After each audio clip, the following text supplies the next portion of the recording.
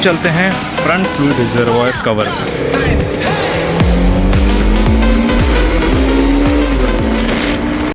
एक अच्छा और रिस्पॉन्सिबल राइडर हमेशा फुल गियर्स में होता है, क्योंकि उसको ये पता है कि बाइक तो रिपेयर की जा सकती है, लेकिन अगर उसकी बॉडी को डैमेज होता है तो उसका रिपेयर होना मुश्किल है। लेकिन अपनी सेफ्टी के साथ आज हम ये भी देखेंगे कि हम अपनी बाइक की सेफ्टी कैसे रख सकते हैं। यो दोस्तों, welcome back to my YouTube channel. मेरा नाम है प्रांशु रावटे और आज हम अपनी होंडा CB300R का ग्लो अप कर रहे हैं। मतलब कुछ ऐसी एसेसरीज लगाने वाले हैं जिससे लोग कहेंगे ये कौन सा फिल्टर लगा दिया। ये वीडियो उन लोगों के लिए है जो अपनी बाइक को सुपर ह्यूमन एबिलिटीज देना चाहते हैं।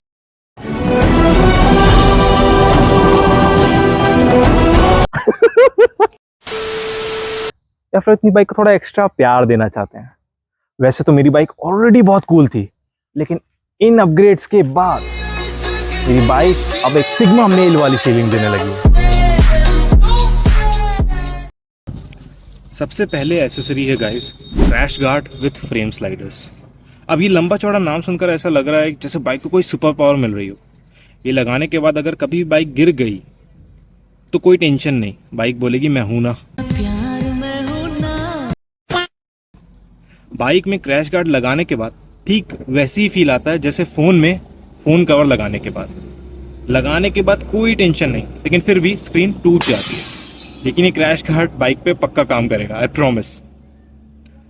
जैसे कि आप देख पा रहे हैं, ये क्रैश गार्ड काफी स्टर्डी है और रिजिड, जो कि किसी भी क्रैश के दौरान बाइक के हार्ट को इंजन को प्रोटेक्ट करेगा। इसके साथ में फ्रेम स्लाइडर्स भी अटैच्ड हैं, जिससे बाइक को एक्स्ट्रा प्रोटेक्शन मिलेगी और आपके लेग्स को भी क्रैश के टाइम पर प्रोटेक्शन मिलेगी।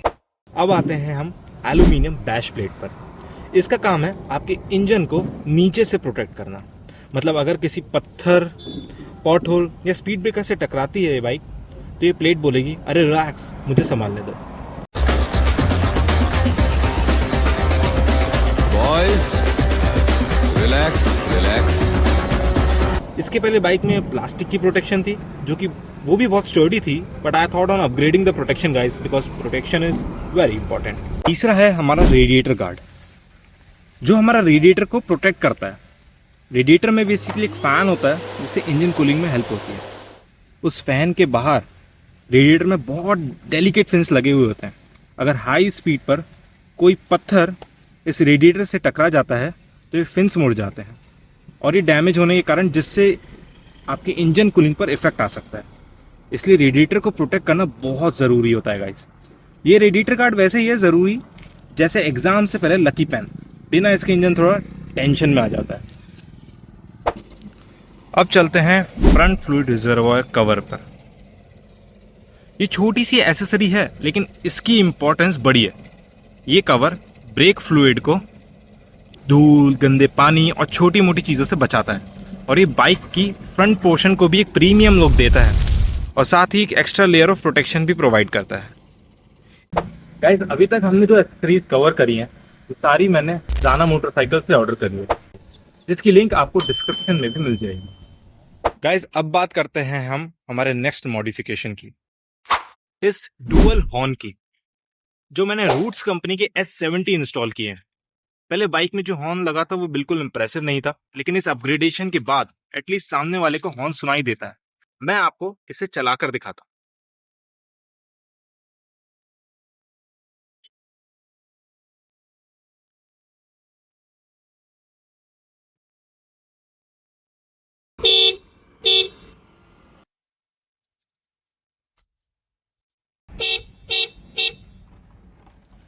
तो ये थी इसकी कुछ आवाज अपग्रेडेशन के बाद।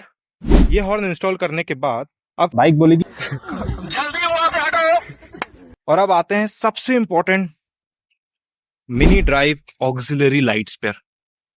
अब ये लाइट सिर्फ लाइट्स नहीं है, ये तो रात में बाइक का धूम मचाले मोड ऑन कर देती है।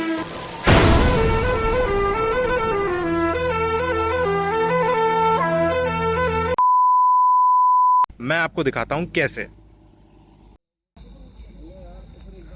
तो गाइस, दिन का रात में ट्रांजिशन हो चुका है और अब वक्त है हमारी नई लाइट्स को टेस्ट करने का। अभी आप जो लाइट्स देख रहे हैं ये लाइट्स गाड़ी में प्री इंस्टॉल्ड ही आई थी कंपनी की तरफ से। तो अभी जो आप देख रहे हैं ये गाड़ी की डिपर है। मैं आपको इसका अपर दिखाता हूँ। ये कुछ इसका अपर है, ये डिपर है और ये अपर है, एंड ये इसका पास बाय। तो आपको लग रहा होगा इसकी लाइट्स तो बढ़िया है, अपग्रेड करने की क्या ज़रूरत थी, लेकिन गाइज यहाँ पे पूरा अंधेरा है इसलिए आपको लग रहा होगा ऐसा, लेकिन जब रोड पे चलती है एक्चुअली में तो इसकी इतनी परफॉर्मेंस नहीं लगती। इसलिए अब मैं आपको दिखाता हूँ कि अपग्रेडेशन किसे कहते हैं। तो गाइज सबसे पहला हमारी येलो फॉग लाइट्स। ये विंटर में फॉग में बड़ी काम की चीज़ है, आप सबको ये पता है। जहाँ पे विजिबिलिटी बहुत कम होती है वहाँ ये सबसे ज़्यादा फ़ायदेमंद है, और ये डिपर की तरह भी काम करती है गाड़ी की। तो सबसे पहली लाइट थी ये guys, and the second one is ये वाइट लाइट। इसका ऐसा इल्यूमिनेशन है, आप देख ही सकते हैं कैसा। ये गाड़ी के अपर की तरह भी काम करेगी। इसे चालू करने के बाद तो पूरा रोड चमकने लगता है, आप देख ही सकते हैं। बस अगर आप इसे अपनी बाइक में इंस्टॉल करें तो प्लीज़ मेक श्योर करें कि सिटी में इसका कम से कम इस्तेमाल करें, या एकदम मिनिमल इस्तेमाल करें। वहाँ ही इस्तेमाल करें जहाँ इसकी ज़रूरत है, क्योंकि ये सामने वाले की विजिबिलिटी पे भी असर डाल सकता है, जिससे एक्सीडेंट के चांसेस बढ़ सकते हैं। And the third one is ये डुअल कलर लाइट। इसमें वाइट एंड येलो दोनों साथ में जलती है, दस providing a larger and better view during night rides. अगर आप नोटिस करेंगे तो इसमें वाइट और येलो लाइट जो दोनों साथ में जल रही हैं, इसमें जो पावर है वो डिस्ट्रीब्यूट हो रहा है। तो वाइट और येलो अपनी हाफ हाफ इल्यूमिनेशन पे जल रहे हैं। And guys at last there is one bonus light for you. चलिए अब मैं आपको वो भी दिखाता हूँ।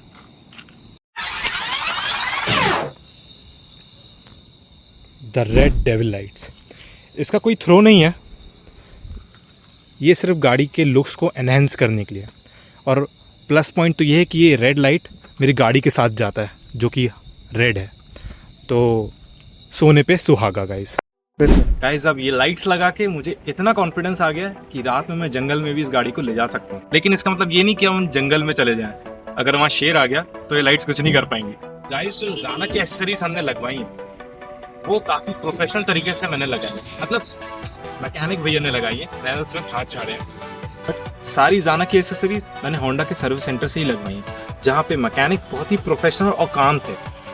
मैंने उनको ये भी बोला कि मुझे इंस्टॉल होते हुए देखना है, तो उन्होंने मुझे वो भी अलाउ करा अपने वर्कशॉप में। But during the installation of fog lights मुझे काफ़ी प्रॉब्लम्स फेस करनी पड़ी। जहाँ मैं चला गया था लाइट्स इंस्टॉल करवाने, वहाँ कोई भी प्रोफेशनल मैकेनिक नहीं था, जिसकी वजह से मुझे काफ़ी प्रॉब्लम्स फेस हुई। तो मैं आपको यही रिकमेंड करूँगा, अगर आप अपनी बाइक में कोई एसेसरीज इंस्टॉल कर रहे हैं या कोई भी मॉडिफिकेशंस करवाने का ट्राई कर रहे हैं, तो अपनी बाइक के ऑथराइज सर्विस सेंटर पर ही करवाएं, या कोई ऐसी जगह करवाएं जहाँ पे प्रोफेशनल मैकेनिक जरूर हो। अगर ये वीडियो आपको पसंद आया या थोड़ा सा भी इन्फॉर्मेटिव लगा तो इस वीडियो को लाइक ज़रूर करें, और नहीं आया तो भी लाइक ज़रूर करें। और हाँ, चैनल को सब्सक्राइब करना बिल्कुल मत भूलना, क्योंकि वरना मेरी बाइक बुरा मान जाएगी, और अगर मेरी बाइक बुरा मान गई तो अगली वीडियो से सिर्फ मुझे आना पड़ेगा, मेरी बाइक नहीं आएगी।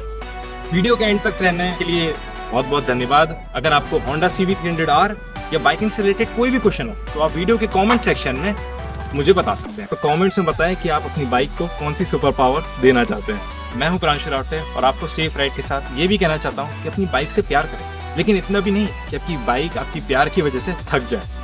जय हिंद, जय bike. Thank you for watching.